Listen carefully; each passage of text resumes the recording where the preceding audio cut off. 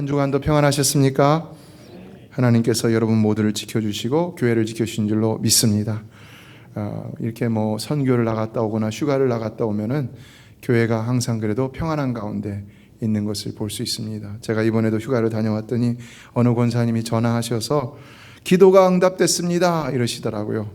그래서 무슨 말씀이냐고 그랬더니 따님이 대장에 혹이 몇 개가 있었는데 그 중에 좀 암 같은 것으로 의심되던 혹이 하나 있었는데 그게 터져갖고 밖으로 나와버렸다는 거예요. 할렐루야. 여러분에게도 이런 기도 응답이 충만하시길 주의 이름으로 축원합니다. 벌써 7월 마지막 주일이 되었는데요, 지금까지는 우리가 하나님 사랑에 대해서 살펴봤는데 사랑하면 또 형제 사랑을 빼놓을 수가 없는 것이죠. 오늘은 형제 사랑에 관해 살펴보며 은혜를 나누도록 하겠습니다. 어떻습니까 여러분? 하나님 사랑도 중요하지만 형제의 사랑도 매우 중요한 것이죠. 하나님 사랑도 우리가 절대적으로 해야 할 사랑이지만 형제 사랑도 선택적입니까? 절대적입니까? 절대적이죠. 하지 않으면 안 되는 것이 형제 사랑이라는 것입니다. 왜냐하면 요한일서 4장 20절을 보면 누구든지 하나님을 사랑하노라 하고 그 형제를 미워하면 이는 거짓말하는 자니 보는 바 그 형제를 사랑하지 아니하는 자는 보지 못하는 바 하나님을 사랑할 수 없느니라 라고 말씀했기 때문입니다. 우리가 형제를 사랑하지 않으면서 하나님 사랑합니다, 거짓말이라는 것입니다. 그거는 진짜 신앙생활이 아니라는 것입니다. 그래서 우리는 하나님도 뜨겁게 사랑해야 되지만 그러나 형제도 열심히 사랑할 수 있어야 한다는 것입니다. 그래서 예수님 당시 바리새인들은요, 그렇게나 열심히 신앙생활하며 계명을 지켰는데도 불구하고 심판자이신 예수님께는 정작 다 정죄를 받고 심판을 당하였던 것을 볼 수가 있습니다. 그들이 계명을 잘 지키고 그 계명 지킴에 있어서는 완벽했을지 모르지만 그러나 그들에게는 사랑이 없었기 때문이라는 사실입니다. 이에 오늘 우리는 오직 사랑만이 우리의 신앙을 온전하게 만들 수 있다는 사실을 다시 한번 리마인드하지 않으면 안 되는 것인데요, 확인하지 않으면 안 되는 것인데요, 이것은 굉장히 중요한 문제라는 것을 여러분 꼭 기억해야 되는 것입니다. 세상에서도 사랑이 우리를 위대하게 만드는 것이죠. 영국의 한 시골 병원에 초라한 행색의 부인이 찾아와 애원을 합니다. 의사 선생님, 지금 제 남편이 죽어갑니다. 제발 살려주세요. 그러자 의사 선생님이 서둘러 왕진 가방을 가지고 그를 따릅니다. 그런데 부인은 의사의 눈치를 살피며 말합니다. 죄송합니다만 선생님 미리 말씀드리지만 전 돈이 없어요. 그랬더니 의사가 대꾸합니다. 그게 무슨 대수라고, 사람부터 살려야죠. 참 된 의사이죠. 그래서 그 의사가 즉시 부인을 따라서 어느 초라한 집에 도착했다는 겁니다. 그리고는 쓰러져 있는 부인의 남편을 진찰하고는 말합니다. 큰 병이 아니니까 안심하지 마세요. 정말 감사합니다 선생님. 그리고 부인을 이제 병원으로 데리고 와서 작은 상자를 하나를 건넸다고 합니다. 말합니다. 이 상자 반드시 집에 가서 열어보세요. 그리고 이 안에 적힌 처방대로 하면 남편은 금방 나을 겁니다. 그래서 부인이 의사가 시키는 대로 집에 들어와서 그 상자를 열어봤다는 겁니다. 그런데 놀랍게도 그 상자 안에는 처방약이 들어있었던 것이 아니라 돈 뭉치가 들어있다는 것입니다.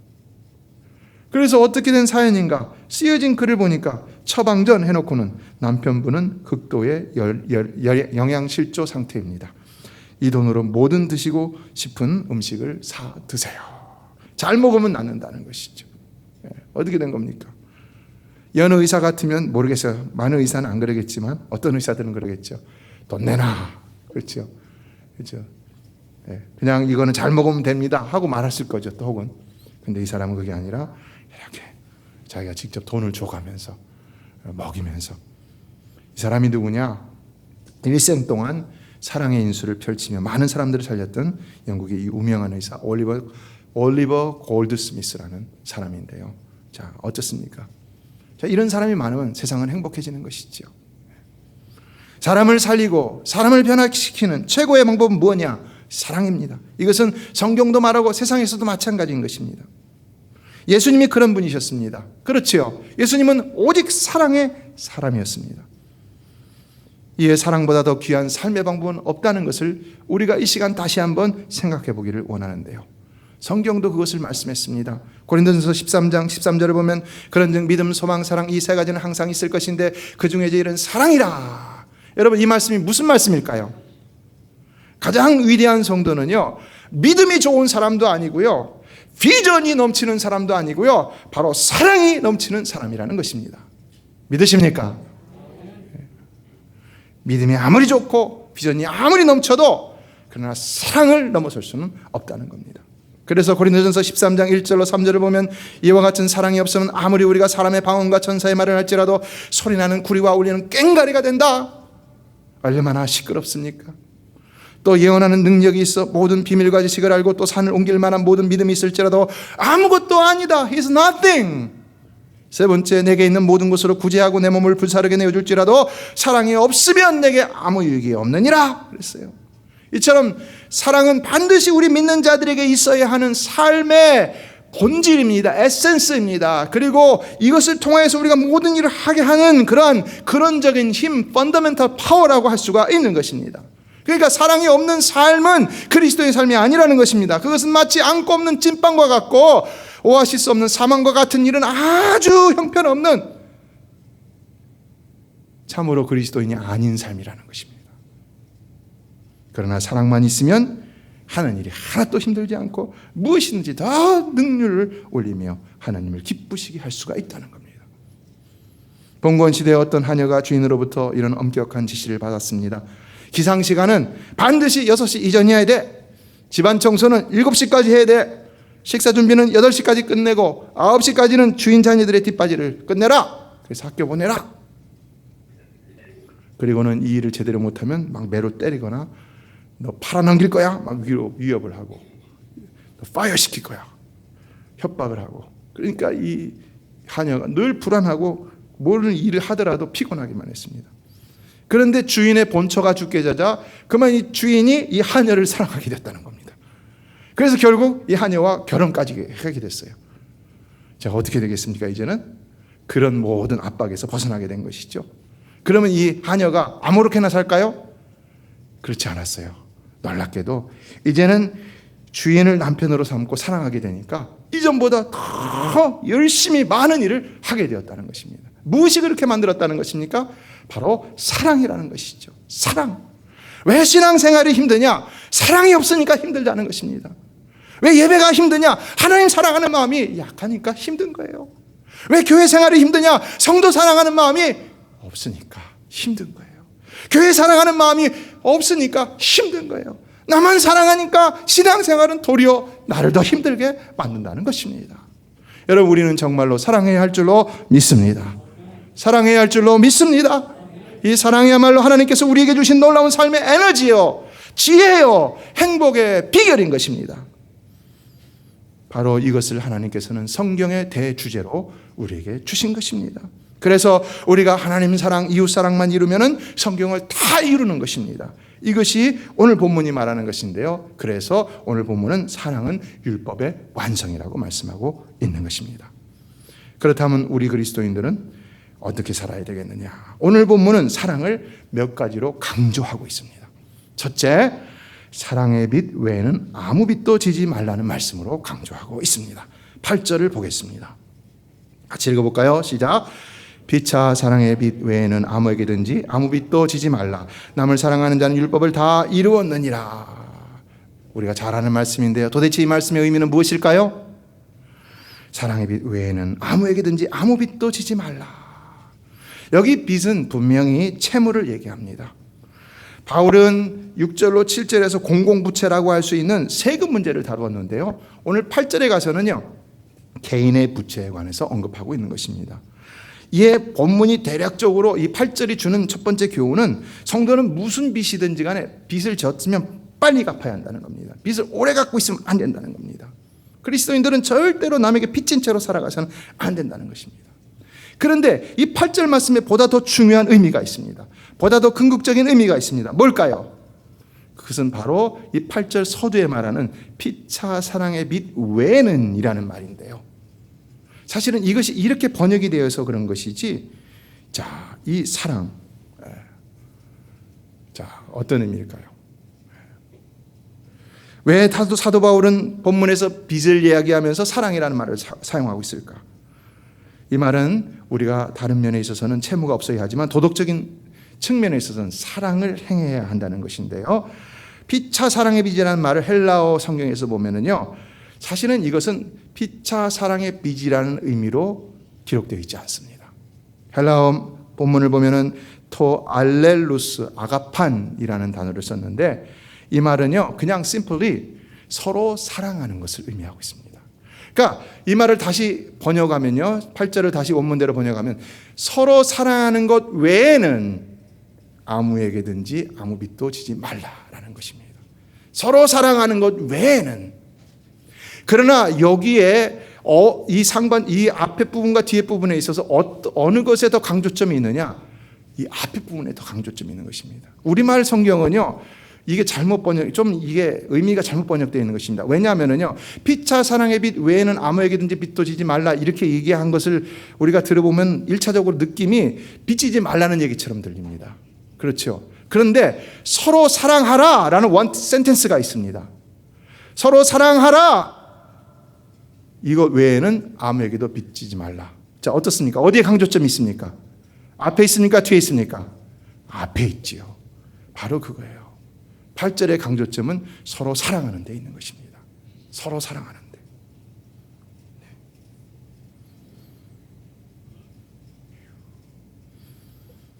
이에 8절의 궁극적인 교훈은 서로 사랑하는 것이고요, 이것은 남에게 물질을 베푸는 일까지도 포함하고 있다는 것인데요, 빚이라는 말을 쓴 것은 바로 그것과 연관돼서 쓴 것이라고 할 수가 있는 것입니다.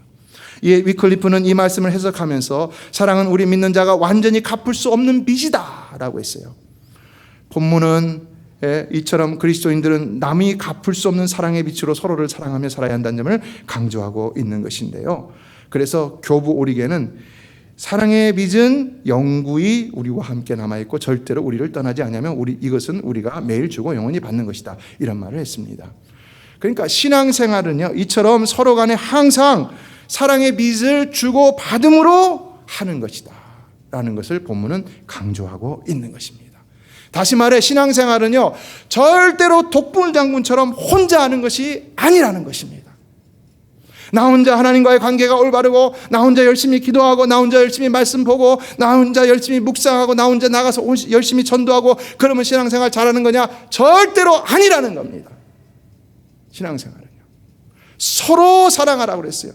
먼저 신앙생활은 서로 힘들면 돕고, 남이 힘들면 내가 도와주고, 내가 힘들면 남에게 도움을 받을 수 있는 서로 간의 관계성이 있는 공동체 생활이라는 것을 본문은 우리에게 분명히 얘기해 주고 있는 것입니다. 예, 칼빈은 그의 주석에서 이런 말을 했습니다. 주님은 우리가 기금이 허락하는 한 곤란에 처한 사람들을 도와서 풍부한 사람도 없고 결핍한 사람이 없도록 우리에게 명한다. 맞습니까? 틀립니까? 이와 같은 모델을 보여준 그 성경의 장면이 어떤 장면입니까? 바로 사도행전 2장 42절 이하의 초대교회의 장면이었던 것이죠. 이처럼 우리 그리스도인들은 무엇보다도 이와 같이 서로 주고받는 사랑의 관계로 묶여진 끈끈한 사랑 공동체가 되어야 한다는 것입니다. 그래서 곧바로 8절 하반절은 남을 사랑하는 자는 율법을 다 이루었느니라 라는 말이 나온 것입니다. 빚이 아니에요. 여기 강조점은 바로 이 사랑입니다. 남을 사랑하는 것, 서로를 사랑하는 것, 여기에 강조점이 있다는 것입니다. 그래서 우리는 신앙생활을 오직 서로를 사랑함으로 해야 한다는 겁니다. 이것이 신앙생활의 대원칙이라는 것입니다. 이것 외에 성경이 다른 것을 가르쳐주는 대원칙은 없는 것입니다. 그러면 우리가 서로를 사랑할 때 어떻게 사랑해야 되느냐? 여기서도 주는 교훈이 있는데요. 자, 본문은 먼저 아가파오라는 단어를 썼습니다. 사랑의 빚이라 할 때. 그런데 이 아가파오라는 단어는 우리가 잘 아듯이 아가페에서 나온 단어인데요. 근데 이 아가파오라는 단어는요, 감정적인 사랑을 의미하지 않습니다. 우리가 지난번에 살펴봤던 하나님의 우리에 대한 사랑은 아하브라는 뜨거운 감정적인 사랑이 되어야 된다는 강조했었지요. 그런데 우리가 형제간에 베풀어야 할 사랑은 감정적인 사랑만이 아니라는 것입니다. 그게 아니라는 겁니다. 이거는 어떤 사랑이냐? 의지적인 행위의 사랑을 얘기하는 것입니다. 남에게 정말로 베풀 수 있는 사랑을 얘기한다는 것입니다. 내가 당신을 사랑하는 걸 알지? 사랑합니다. 사랑합니다. 이거 가지고 안 된다는 겁니다. 정말 내가 그 사람을 위해서 사랑함으로 섬기고 도울 수 있어야, 그게 진짜 성경이 이야기하는 사랑, 우리가 해야 할 신앙생활이라는 것입니다. 이것을 하나님께서는 우리에게 실천적인 계명으로 주신 것입니다. 그래서 이어지는 구절을 보면 말하는 거죠. 가늠하지 말라, 살인하지 말라, 도적질하지 말라, 탐내지 말라 한 것과 그 외에 다른 계명이 있을지라도 네 이웃을 내 자신과 같이 사랑하신 그 말씀 가운데 다 들었느니라. 이 말은 뭡니까? 모든 계명은 이와 같이 남에게 베푸는 사랑이라는 그 개념 안에, 그 컨셉트 안에 다 들어있다는 것입니다. 하나님 이와 같이 우리가 남을 사랑하게 하기 위해서, 직접적으로 남에게 베풀게 하기 위해서 모든 계명을 주었다는 것입니다. 그러므로 우리가 성경의 계명을 지킨다 하면서, 하나님 말씀을 순종한다고 하면서 우리가 남에게 베풀지 못하고 남에게 더 섬기지 못한다면은, 서로 주고받는 이런 끈끈끈한 사랑의 관계가 되지 못한다면은 우리가 진정으로 계명을 지킨다고 하면서도 계명을 지키지 못하는 일이 된다는 겁니다. 이에 예수님은 마태복음 22장에서 한 율법사가 예수님을 시험하여 말할 때, 선생님 율법 중에서 어느 계명이 크니까 하니까 뭐라고 대답합니까? 내 마음을 다하고 목숨을 다하고 뜻을 다하여 주 너의 하나님을 사랑하라 하셨으니 이것이 크고 첫째 되는 계명이요 둘째도 그와 같으니 내 이웃을 내 자신과 같이 사랑하라 하셨으니 이 두 계명이 온 율법과 선지자의 강령이니라. 그래서 이제 사랑으로 오지 않는 것은 아무리 열심히 해도 결코 참된 말씀에 순종이 될 수가 없다는 겁니다. 그건 신앙생활이 아니라는 것입니다. 그거는 자기의 열심일 뿐인 것이지 하나님이 인정할 만한 신앙이 아니라는 겁니다. 사랑 없이 예배하고, 사랑 없이 봉사하고, 사랑 없이 전도하고, 사랑 없이 선교하고, 사랑 없이 하는 모든 일들 헛되고 헛되도다 다 헛된 세상일 뿐이라는 것입니다. 신앙은 반드시 사랑으로 실천되어져야 한다는 것입니다. 어느 교회에서 여선교회 헌신 예배를 드리게 되었는데 그 교회 장로님이 설교를 하게 됐습니다. 옛날에는 장로님들도 설교를 했어요. 그래서 그 장로님은 사랑이라는 제목으로 아주 은혜스러운 설교를 했습니다. 사람들이 다 내려받았습니다. 그런데 설교를 듣던 어느 여자분이 슬그머니 밖으로 나가더라는 것입니다. 그리고는 이불 보따리를 가지고 와갖고는 설교를 했던 장로님에게 가서는 우리 집에 가지 말고 오늘부터 강단에서 삽시다. 웬일일까요? 이 사람이 누구였을까요? 설교를 했던 장로님의 아내였다는 것입니다. 왜 그랬을까요? 강단에서는 저처럼 사랑하라 그러는데 실제 삶에서는 사랑하지 못했기 때문이라는 거죠. 성도 여러분, 저와 여러분은 언제나 정말로 진실된 사랑으로 서로를 사랑하며 신앙생활하게 되기를 주의 이름으로 축원합니다. 그것 때문에 우리가 새벽마다 기도하는 것이죠. 우리의 부족한 그 사랑을 채워달라고 하나님 앞에 기도하는 것이죠. 꼭 기도해야 됩니다. 하나님, 오늘도 내가 행하는 모든 것들이 사랑으로 행하게 하여 주시옵소서. 저는 정말로 항상 기도합니다. 제 사랑이 부족하다는 걸 알기 때문에 더 기도합니다. 성도들을 향한 모든 미니스트리가 다 사랑으로 행하는 것이 되게 하여 주시옵소서. 하나님께 드려지는 모든 예배가 다 온전한 사랑으로 드려지는 예배가 되게 하여 주시옵소서. 열심히 노력하고 있습니다. 우리는 그래야 된다는 것이죠. 이것이 없으면 신앙생활에 문제가 많다는 겁니다. 이게 바로 오늘 본문이 우리에게 지적하는 하나님의 지적인 것입니다. 이에 10절은 말합니다. 사랑은 이웃에게 악을 행하지 아니하나니 그러므로 사랑은 율법의 완성이니라. 여기서 사랑은 이웃에게 악을 행하지 아니하나니 라는 말이 주는 의미는 뭘까요? 사랑은 결코 우리로 남에게 악을 행하게 하지 않는다는 것처럼 보이죠. 그러나 여러분, 이런 이해는요 본문의 의미를 축소시킨다고 할 수가 있는 것입니다. 본문은요 도리어 부정의 표현을 통해서 더 강한 의미의 긍정을 나타내고 있는 것입니다. 그래서 주석가 핸들릭스는 본문 상반절을 이렇게 해석했습니다. 사랑은 이웃에게 큰 유익을 주는 것이다. 사랑은 뭐냐? 이웃에게 유익을 주는 게 사랑이라는 것입니다.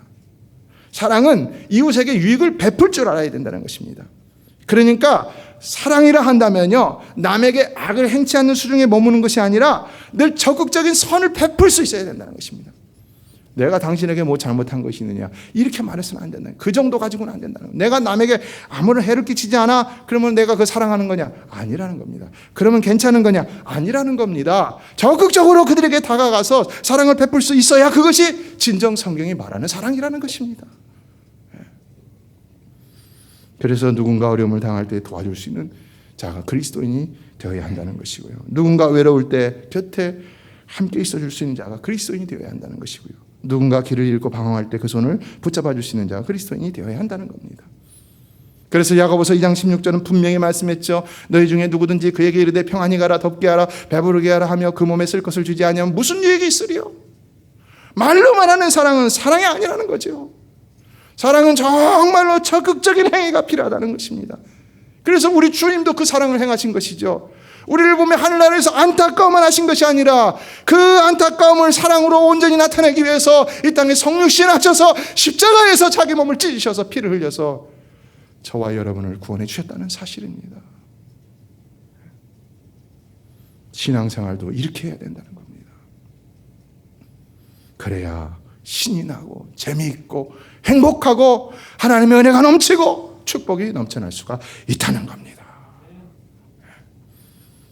참으로 사랑보다 더 귀한 또 위대한 삶의 생명력은 없는 것입니다. 오스트리아의 심리학자 알프레드 애들러 박사는 그에게 찾아온 우울증 환자에게 이렇게 말합니다. 2주간만 나의 처방을 따른다면 당신은 치료될 수 있습니다. 그 처방이란 별로 어려운 것도 아닙니다. 매일매일 어떻게 하면 다른 사람을 기쁘게 해줄 수 있을까를 궁리해서 그것을 실천하면 됩니다. 어떻습니까, 여러분? 이 사람들은 이 상담가에게 찾아왔을 때는 무슨 약을 좀 처방받기 위해서 왔을 것입니다. 그리고 이 상담 심리사가 얘기했을 때, 이 박사가 얘기했을 적에 이런 말은 나도 할 수 있다 이렇게 얘기할 수 있을 것 같아요. 그런데요, 놀라운 사실은요, 이 말을 듣고 실망하고 간 사람들은요 그대로 우울증이 계속됐지만, 그러나 이 말을 듣고 실천한 사람들은요 당장에 특효가 나타나는 것입니다. 그들은 남을 돕고 어려운 이웃에게 사랑을 전했더니 금방 우울증이 사라지기 시작했다는 겁니다. 여러분 안에 있는 상처 무엇으로 치료할 수 있습니까? 우리는 그 상처가 남이 나에게 사랑을 줘야지 치료될 수 있다고 말합니다. 그러나 성경이 우리에게 가르쳐주는 그 방법은 뭐냐? 우리가 도리어 그에게 사랑을 베풀 수 있어야 그 상처가 치료될 수가 있다는 겁니다. 믿으십니까? 네. 당신이 나에게 상처를 줬으니까 당신이 내 상처를 치유해야 돼. 이런 마음으로 기다리면 안 된다는 겁니다.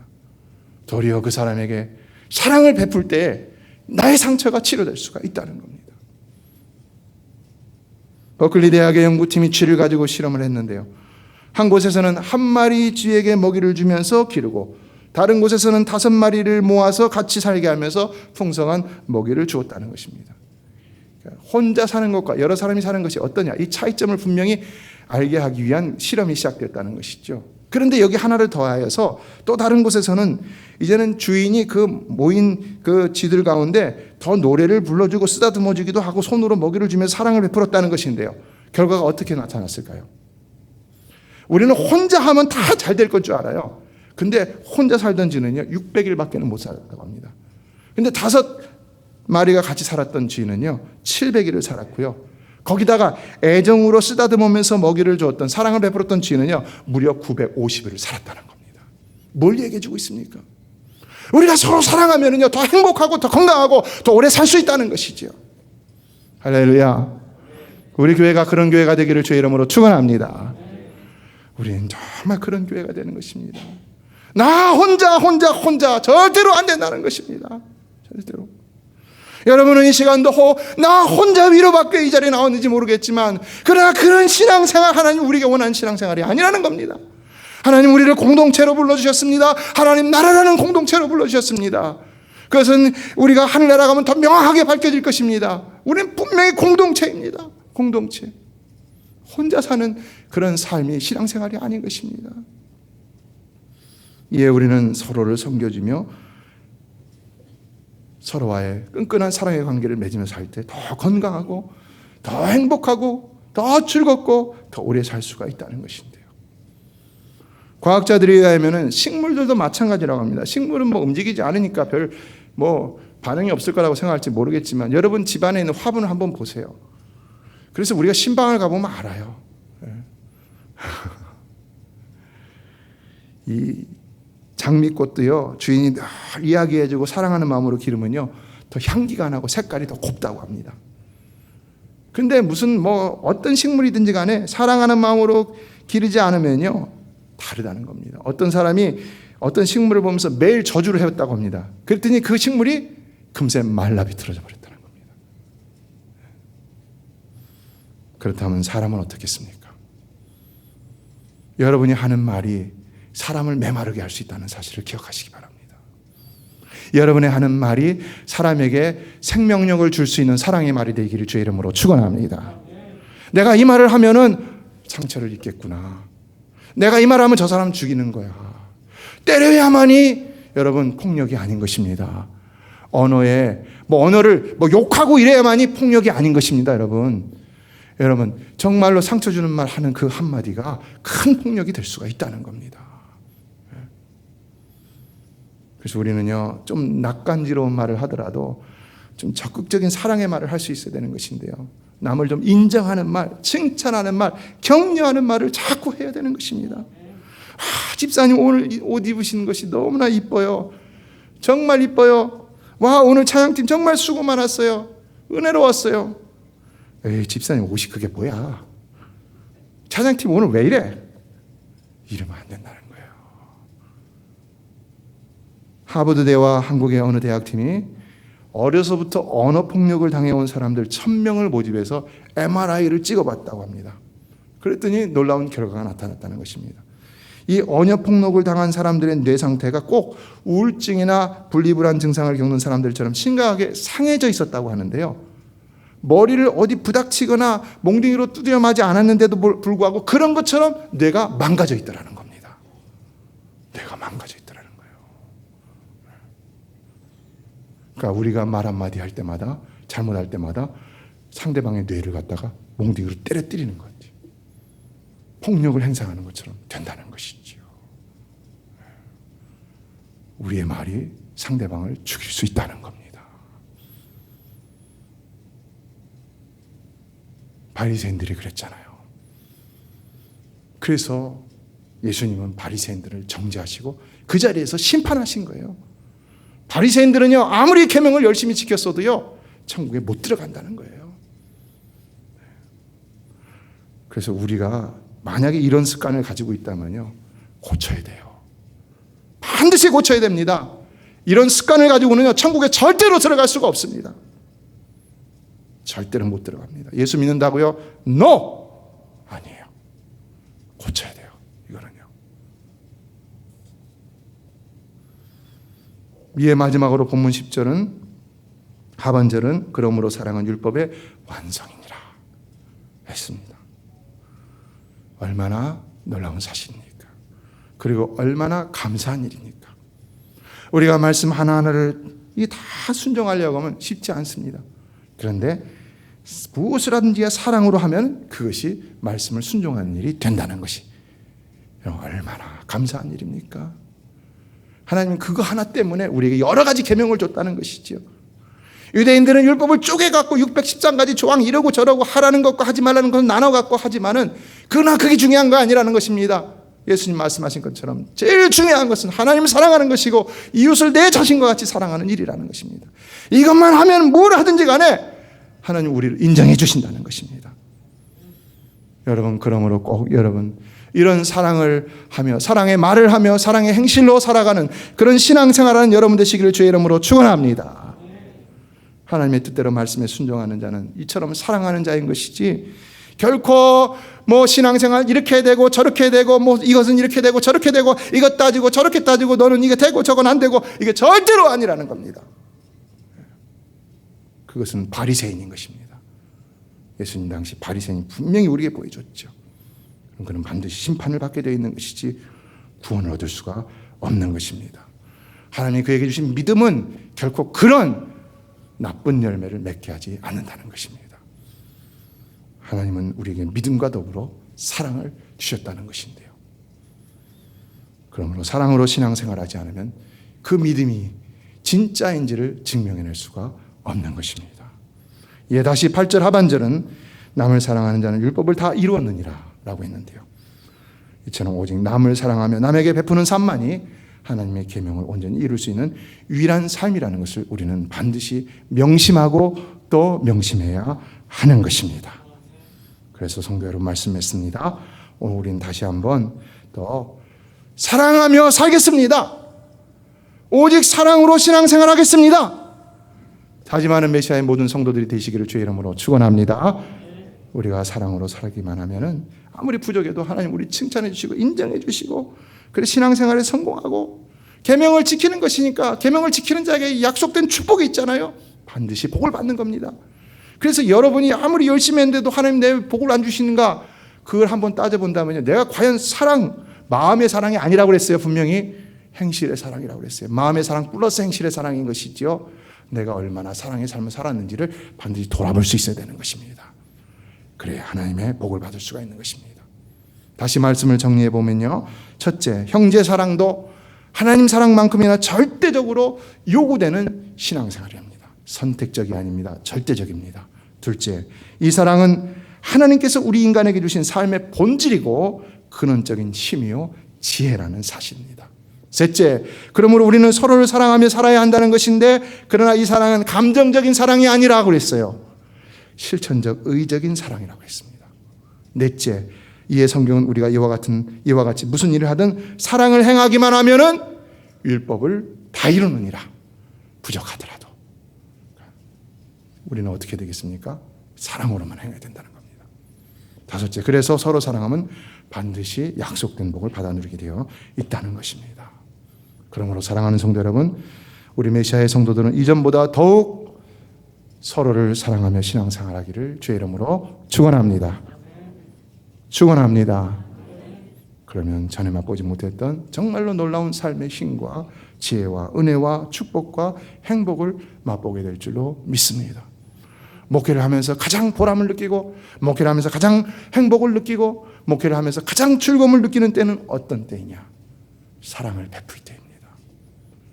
병자들을 찾아가서 그 병든 손을 붙들고 기도하고, 가난한 자들을 남몰래 돕고, 목회자들을 돕고, 이럴 때가 가장 기쁘고 행복하고, 그러나요, 우리가 주는 만큼 하나님 우리를 채워주시는 것입니다.